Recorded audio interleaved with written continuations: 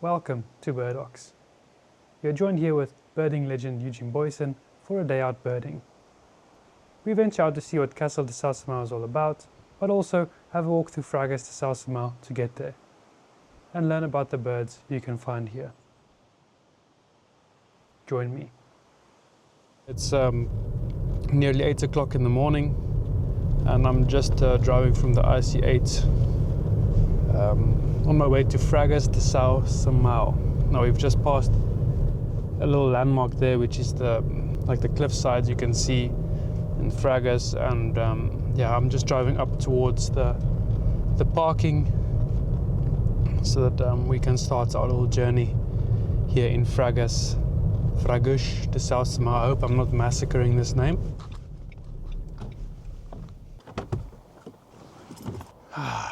Wow. Yeah, it's a pretty chilly morning, but that's not going to stop us. I can hear already a few little nice bird calls here, and we're going to be going to the viewpoint now, so just contemplating whether I should take my jacket with or not, because I think with all the walking I might get a bit warmer. So yeah, the sun is just about kissing the horizon there. Give us a bit of more light here into this beautiful valley. I'm walking my way up to the viewpoint. I'm already seeing this very clear, like almost 180-degree view. But yeah, it's cold. So as you can see, it's not very clear from here, but I'm heading all the way that side to Castel de Salsamão. Yeah, it's I don't know if I'm saying this correctly, a Xisto village. And it'll be quite interesting to find out like what a Xisto village actually consists of. There's 27 of them in Portugal, and I'm going to be visiting my first one now. Just what a beautiful view. The eyes are not unhappy for this one, especially if you look towards the two cliff faces that's like on the opposite side of the river. Yeah, this is where my little journey starts down into Fragas. I'm walking down into the ravine, and then I'm probably going to have to walk back up.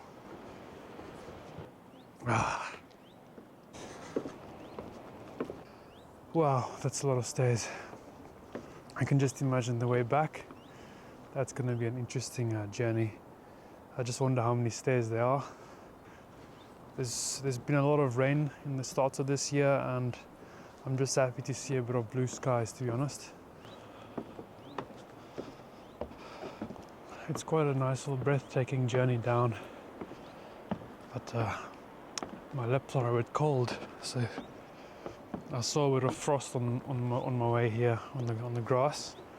This granite cliff face has just kind of opened itself up for me now, and I see at the top there, I didn't see it earlier, is a small little platform. I think it's like a viewpoint. So after we visited Castel de Salsamão, let's make our way up to that little viewpoint. Yeah, it's cold. We have made it down to the bottom of the stairs, and just look at these old ferns. If I was exposed to all this cold like them every day. Ouch. That was... Ouch. Yeah, that was kind of a... that was a fall and a half. Yeah, just keep in reminder, in these winter months, the wood has become a bit slippy. So as I've made it now down this stairway, I've had a bit of an accident there. But now that we've reached this beautiful tree line that's going down to the river, yeah, let the birding begin. Along the tree line, I spotted a firecrest. There were two of them, but wow, they were not making it easy for me to get a clear view. Very busy little birds, always darting around.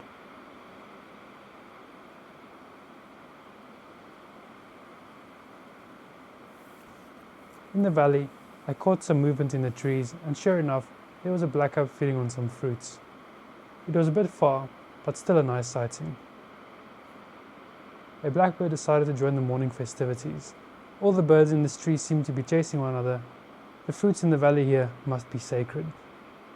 I've made it down to the river, but this is kind of the little main area. We'll go past there now, but seems to be a little restaurant. This side there's a little Alojamento local. I wonder if this is like an Airbnb. Wow, next to the river here. You must be sleeping very nicely in there if a nice stream sounds is relaxing the ears and the brain, making you ready for the next day. Do a bit of birding. So there's the first sights of the river, just behind me here. There's almost like a little dam that's been made there, creating a little like swimming pool area here. I think in the summer, not now. Hey, imagine this water now. If I just dip my finger in there, I'll crisp up and fall over. Try to see what's on the other side. Beautiful, beautiful area.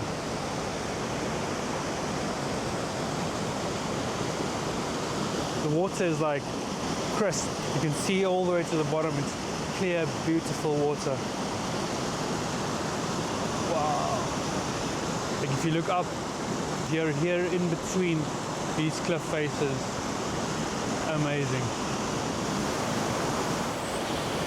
Yeah, I'm not gonna make my way onto those rocks at the moment. I'll leave that for the summer. I'm planning on coming back here in the summer to see if there's a bit of a difference in the birding. But for now, I'll just appreciate the beauty with my eyes. Yeah.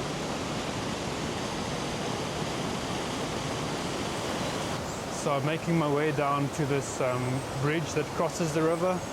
So yeah, let's see what we can spot from up there. I think it's still a bit cool in the valley here. The bird activity is a bit low. So yeah, I don't really know if this is a restaurant. On the sign Fragash Coffee Bar and Food, but maybe it's just like a little shop for the hungry visitor. But the nice thing about this place is that there is nice and fresh water to drink. I have not really used one of these before, so let's see. Oh.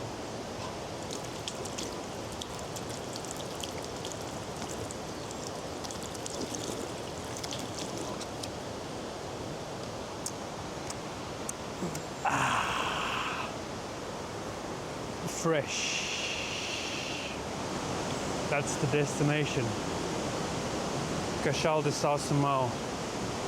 700-meter walk, but I think it's going to be uphill. So this is the Alge River. So this is the Alge River. I don't really know if I'm pronouncing that correctly. It's spelled like A-L-G-E. And it's a river that's a tributary of the Zezere River, which in return then flows to the Tagus River. And that's the main river that goes to Lisbon. It's just so nice with the trees. It kind of creates this beautiful feeling of, wow, you're here in the nature. It's very nice. Very, very nice. Whoa. I think I just had a glimpse of a white-throated dipper. If that would be the case, that's one of the birds that I've been wanting to see for a while since I've come to Europe. I saw it kind of creeping over a rock, and I saw like a bit of flash of white of the throat. Yeah, that would be very exciting if I catch that.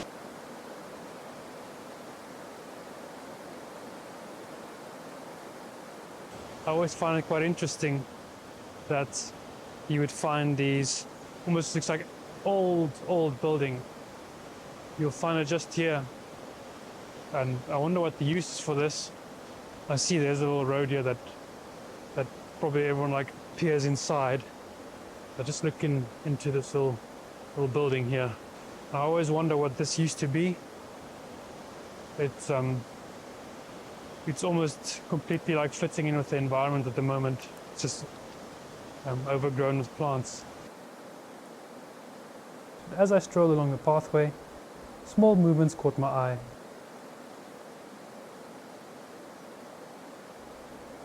It was a Eurasian wren, busy as ever, with its little tail held up high, darting along the forest floor.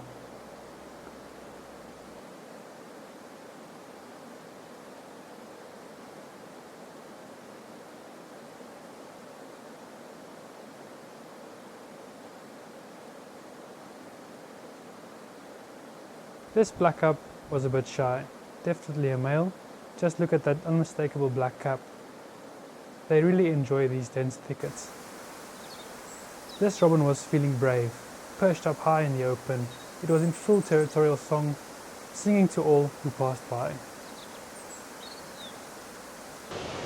So I'm about to cross this bridge. The only problem is it looks a bit slippy, but at least that's why they have handlebars. So you just have to kind of pace yourself. But what I like about this is it creates a lot of depth in the river. You have all these branches overhanging the water. Wow. On this side it's kind of open and you can see the water getting still as it gets to that side.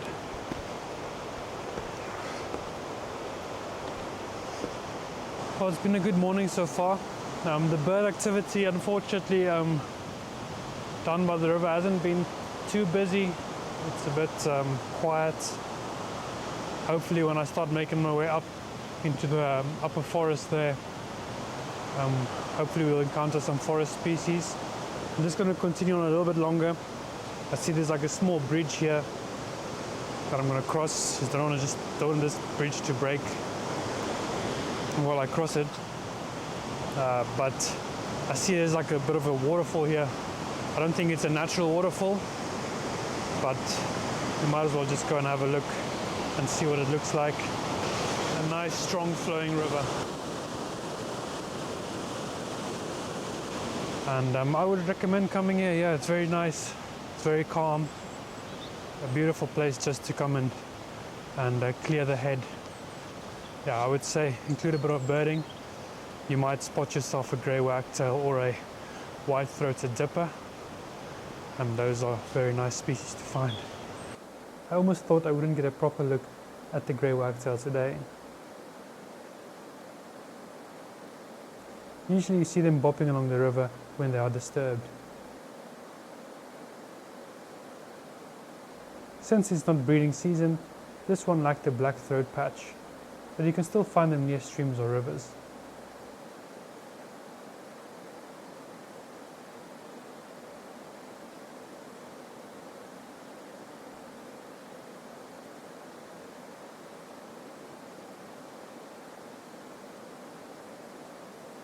Another thing is, once you've come down those steps, there's going to be more steps, and this road now leads to the small Shisto village.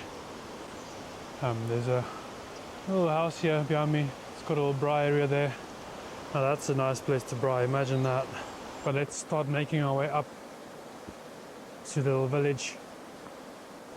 The birds have been quite shy, which is not too bad. At least you see them, but they are shy. So as I saw from the top of the cliff face there when I was just started this journey, I saw these trees that look like a forest, and that's where I am now. With the stairs I'm going up now is also just all like small cork oak trees. Lovely, lovely, lovely. I've reached like a small clearing here. I can see these trees have been harvested. I'll show you now but I'm just seeing there's all this cork lying on the ground here. I just want to quickly have a look. Check that out.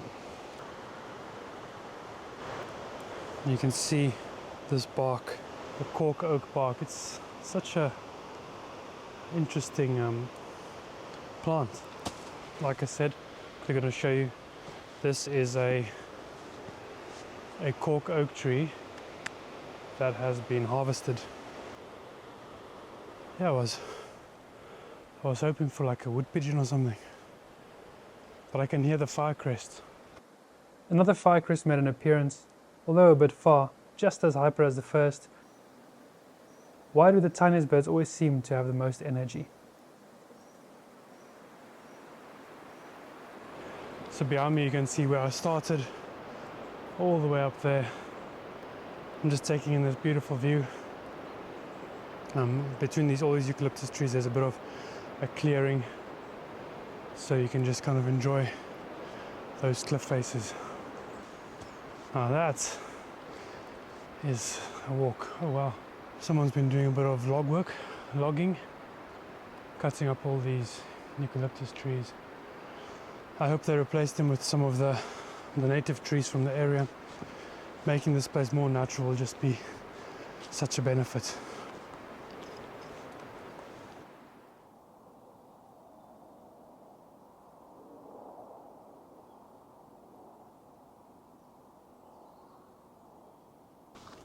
This is incredible.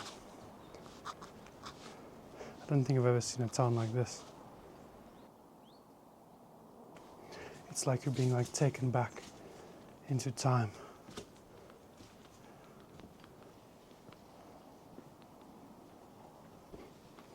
So as I understand it, a Shisto village, if I'm pronouncing that correctly, is a sort of stone village. It's a village made out of the rock found in the area. I want to learn more about these villages. They're quite small, and I think this one was at some point abandoned.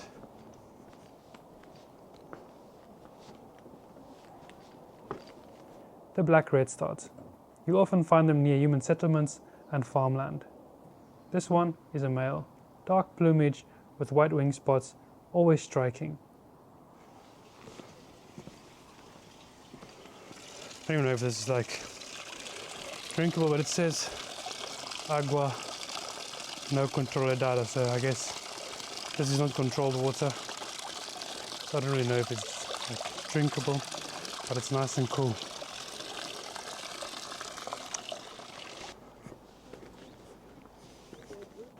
It's a beautiful little village.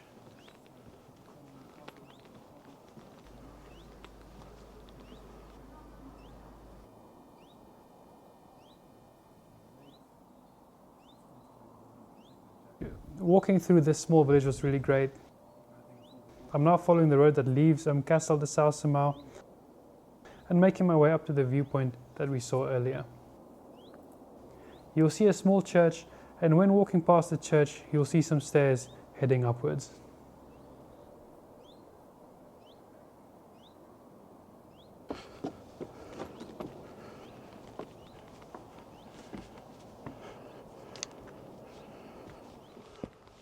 If you like a good view, come and take part in leg day here at Fracas de São Simão.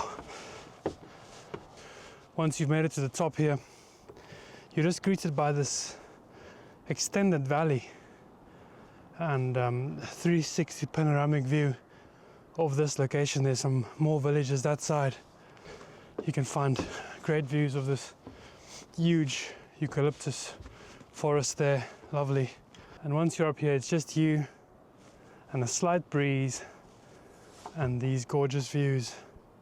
The river is substantially quieted down now, and it is just breathtaking.